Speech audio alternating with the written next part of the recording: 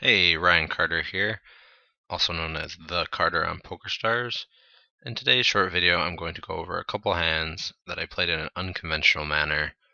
My game plan is usually play very fundamental, straightforward, basic, solid poker, but occasionally you have to think outside of the box if you want to maximize the value of every hand you play. So let's get started right away. The first hand, I have a 2-3 offsuit.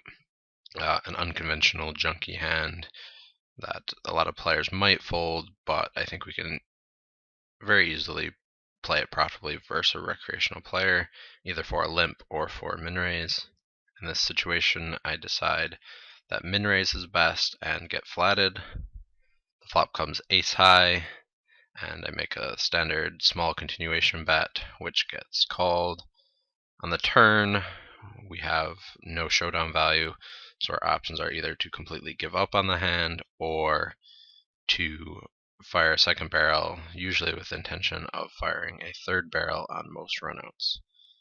In my experience on this sort of board texture against a recreational player, the third barrel is very profitable, so I go ahead and bet half pot. The river is a king, which is a card I'm happy to continue with my plan of shoving when checked to, but the villain does not give us that courtesy and goes ahead and bets 80. This is sort of an unexpected result from villain. Usually when a recreational player donks a river, it is with a very strong range, but usually they would shove. So a hand such as Jack-10, I would say, is usually shoved. If the river came a diamond and I had, a pretty strong hand, I would be willing to make a hero fold if he shoved the river. So we have to really start to break down his range even more and think of what sort of hands would do this. What does this bet mean? What does this bet size mean? And I would say that most recreational players fall into the old adage of small bets with small hands, big bets with big hands. It's pretty easy to trick yourself into thinking that you're getting trapped when a recreational player makes a small bet, but the fact is they're usually very transparent with their bet sizing, so you don't want to overthink yourself in these spots. So what sort of weak hands would he be making this size with? Well, there's obviously some bluffs such as missed diamonds, which is certainly a possibility, but there's also weak one pair hands where he would be making a blocking type bet. Anything from as weak as a pair of eights to as strong as something like King Jack, Queen Jack, something like that. Those hands are all very much in his range and make a lot of sense for him to play like this.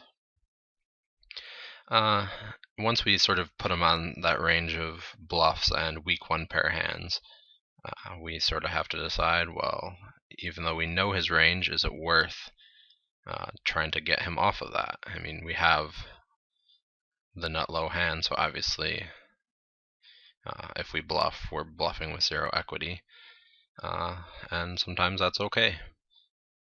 We need about 40% fold equity here. My sense is that a player who is scared to makes this sort of blocking bet is someone who is capable of folding a weak hand, such as a queen or an eight, and possibly a king, although I would lean towards him calling some kings, but it's possible he folds those too. So I think going ahead and going with this read and making the unconventional play of shoving here is definitely the most profitable play. It's sometimes a little scary to stick a short stack in with 3 high, but sometimes it works. And we go ahead and shove, and he quickly folds. So we made a very good analysis of his range, and we're able to exploit him with 3 high. In the second hand, we are playing against a reg who we have a bit of history with. We respect their game, but are pretty comfortable with some of their post-flop tendencies. We have King 10 suited, obviously a very strong hand, so we go ahead and min-raise and are flatted. The flop comes King high, giving us top pair and a gut shot, so we go ahead and c-bet. We are called, which is no surprise given the texture of the board. There's lots of hands he can call us with. Any of the pairs is likely to call, I would say. Even lots of pairs of kings will call. Flush draws, pairs plus draws, even some nuts, queen 10, king jack. Might consider flatting us on that flop. The turn doesn't change anything. We're still well ahead of his range, so we want to try and get max value here. So we want to bet pretty big to set up a river shove. 90 seems to be a good number, so that's what we do, and not a big surprise, we're flatted again. The river's an interesting card. It gives us 2 pair, but also puts a 4 straight on the board. If we're check 2, we're pretty happy to shove for value. We still beat a good bit of villain's range that he calls with, so that was what we would do, but we're not given that opportunity as villain shoves all in. In the last hand, I talked about how when villains open shove the river, it's a nutted range, usually. And the same is usually true for regs. Obviously, we have a pretty strong hand with 2 pair, but we have to really look at his range and determine if we're good enough of the time to call. So, first of all, we had to look at what hands villain does this with value. And I would say that his value hands are pretty much all queens. It's unlikely that he was flatting something like 9-10 or Jack-10, made 2 pair in the river, and is now very excited to value shove that. My range is really strong in this spot, and even those hands they're sort of relegated to the bluff catcher arena still. So his value hands, I would say, are pretty much Queen X and nothing more. It's possible he might have King Jack here and decided he wanted to put it in, but even that, I think he would still lean towards a bluff catch check call. So now we have to look at any hands he could potentially bluff with. There's obviously missed flush draws. There are pairs that he turns into bluffs, something like Jack-8 or 9-8 could possibly do that. And that's about it. There's not a lot of bluffs that he would have in that spot. So now we have to determine, is he capable of a bluff in that spot? There are certainly villains that are pretty tricky and can turn a hand into a bluff at this spot, but it's likely that villain perceives our range as incredibly strong here, so I would be very surprised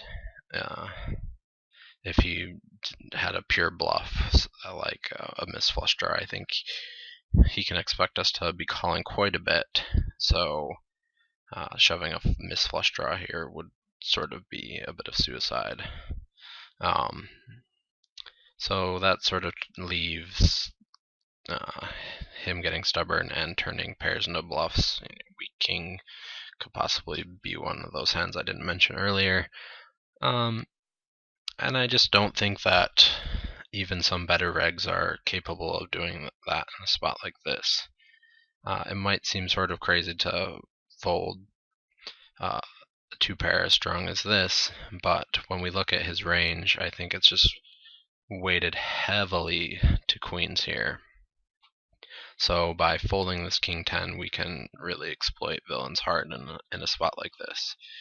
Obviously, it's pretty exploitable to fold a hand this strong, but that's okay if we're pretty sure that our villain is not bluffing enough to exploit that fact.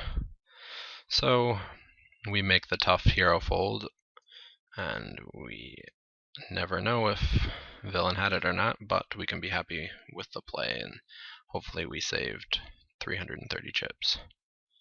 And obviously, if this goes on, you might have to make adjustments and call more there, but I think you can pretty happily hero fold in spots like that when you're pretty sure your opponent is not capable of turning one pair of hands into bluffs.